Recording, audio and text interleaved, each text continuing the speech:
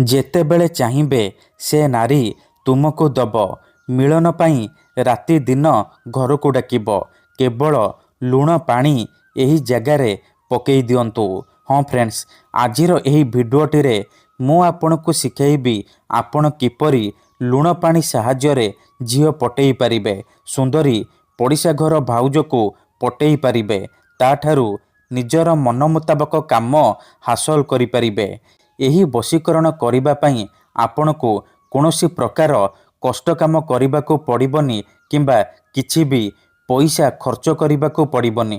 ଆପଣ ଘରେ ବସି ବସି ସୁନ୍ଦରୀରୁ ସୁନ୍ଦରୀ ଝିଅକୁ ପଟେଇ ପାରିବେ।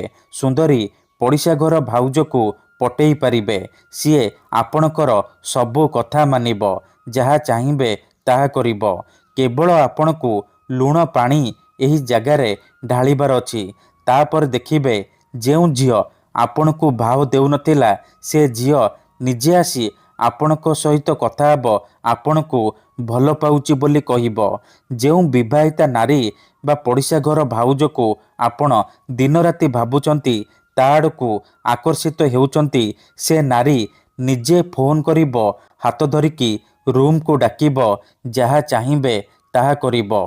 ନମସ୍କାର ଫ୍ରେଣ୍ଡସ୍, ଓଡ଼ିଆ ଫଣ୍ଡା ଚ୍ୟାନେଲକୁ ଆପଣମାନଙ୍କୁ ସ୍ୱାଗତ। ଯଦି ଆପଣ ସୁନ୍ଦରୀରୁ ସୁନ୍ଦରୀ ଝିଅକୁ ପଟେଇବାକୁ ଚାହୁଁଛନ୍ତି, ସୁନ୍ଦରୀ ଭାଉଜକୁ ପଟେଇବାକୁ ଚାହୁଁଛନ୍ତି, ତେବେ ଆଜିର ଏହି ଭିଡ଼ିଓଟିକୁ ଶେଷ ପର୍ଯ୍ୟନ୍ତ ଦେଖନ୍ତୁ। କାରଣ ଆଜିର ଏହି ଭିଡ଼ିଓଟିରେ ମୁଁ ଆପଣଙ୍କୁ ଶିଖେଇବି ନାରୀ ମୋହିନୀ ବଶୀକରଣ ବିଦ୍ୟା। ଏହି ବଶୀକରଣ ଯିଏ ବି କରିଛି 100ରୁ 100% ସଫଳ ହେଇଛି। ଏହି ବଶୀକରଣ କେବେ ବି ଖାଲି ଯାଏନି। ତେଣୁ ଏହି ବଶୀକରଣକୁ ଆପଣ ଭାବିଚିନ୍ତିକି ପ୍ରୟୋଗ କରିବେ।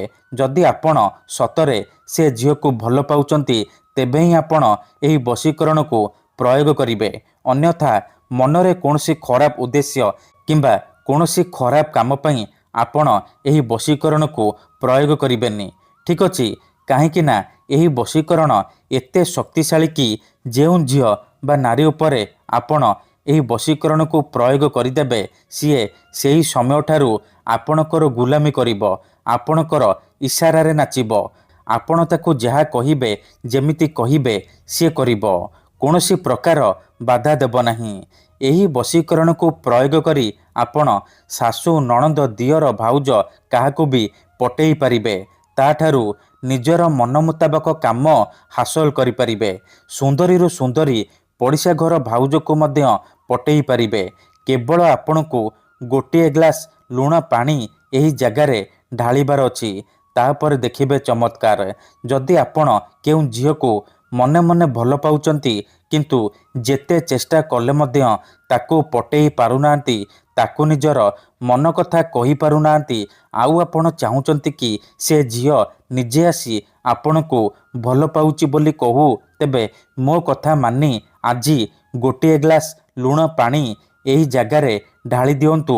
ସେ ଝିଅ ଆପଣଙ୍କୁ ଦେଖିବା ମାତ୍ରେ ନିଜେ ଆସି ଆପଣଙ୍କ ସହିତ କଥା ହେବ, ଆପଣଙ୍କୁ ଭଲ ପାଉଛି ବୋଲି କହିବ। ଆପଣଙ୍କ ପ୍ରେମରେ ଏମିତି ଦିୱାନୀ ହେଇଯିବ କି ଆପଣଙ୍କୁ ନ ଦେଖି ଗୋଟେ ମୁହୂର୍ତ୍ତ ବି ରହିପାରିବନି। ତେବେ ଏହି ବଶୀକରଣ କରିବା ସବୁଠାରୁ ସହଜ। ଏହାକୁ ଆପଣ କିପରି କରିବେ, କେମିତି କରିବେ, ଏହାର ପ୍ରୟୋଗ ବିଧି କ'ଣ, ମୁଁ ଆପଣଙ୍କୁ ଶିଖେଇବି। ସମ୍ପୂର୍ଣ୍ଣ ପ୍ରୟୋଗ ବିଧି ଠିକ୍ ଭାବରେ ଶିଖେଇବି। ଜାଣିବା ପାଇଁ ଆପଣ ଭିଡ଼ିଓଟିକୁ ଶେଷ ପର୍ଯ୍ୟନ୍ତ ଧ୍ୟାନ ସହିତ ଦେଖନ୍ତୁ।